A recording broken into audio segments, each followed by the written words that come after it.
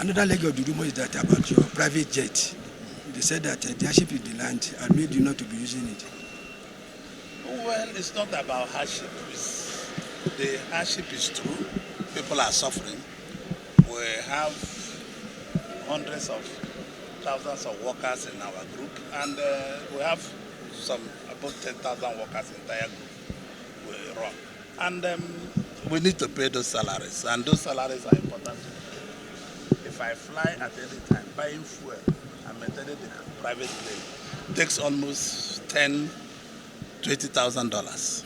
So I called our senior members in the company. I said, well, I have to also make my own sacrifice. It's not for federal government, it's for the good of our company. So I said, fly no more.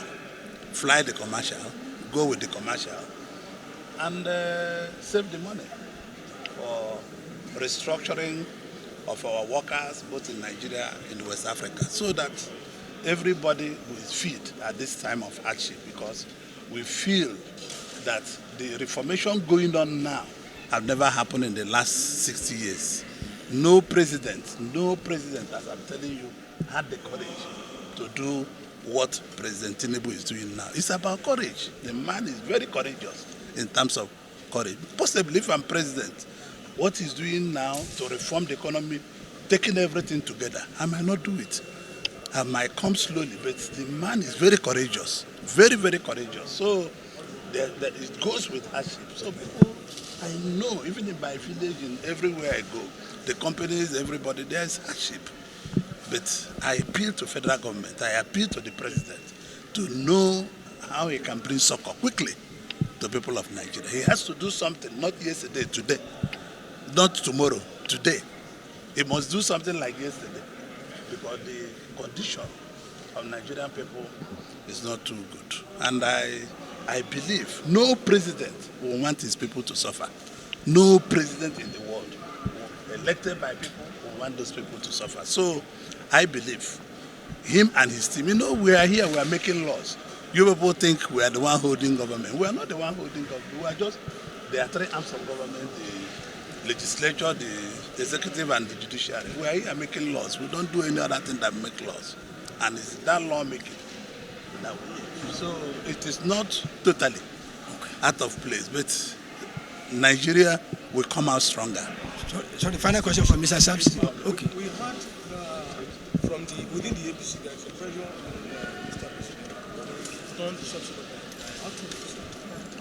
Well, I am not in the economic team. I just came back.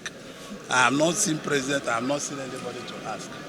But these are what president have to sit with the economic team to do. But the decisions he's taken is a decision that no president in 60 years of republic, no president have been able to take that decision. In the aftermath of Edo election, we had Kalu saying that there's a template that the APC is going to capture the southeast, and considering the social afflictions likely caused by APC, do you think it's in the interest of that zone?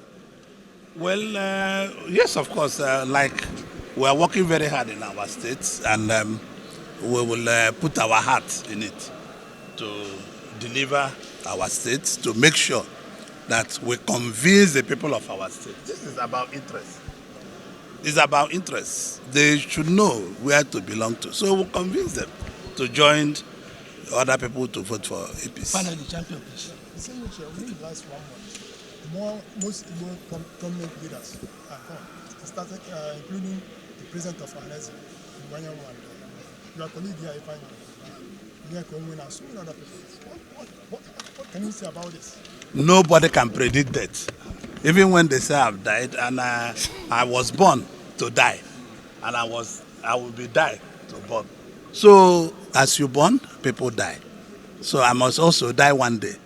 It's God that gives and He takes. Their soul will rest in peace. It's not only them. People all over, it's their time to go. Once it's your time, everybody should prepare for death. I'm prepared for death. I'm ready to die today if it comes.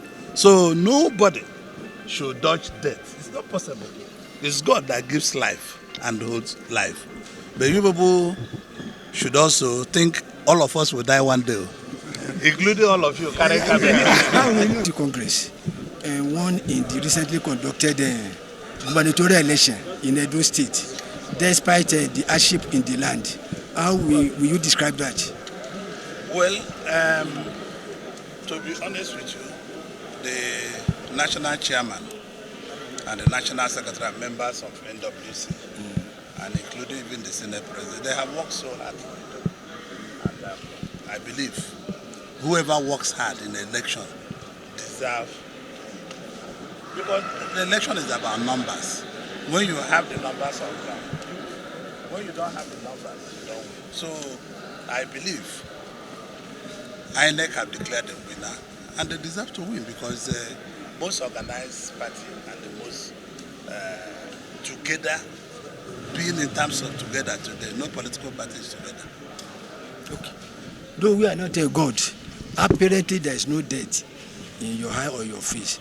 But in the past, people rumored your death. How did you take it?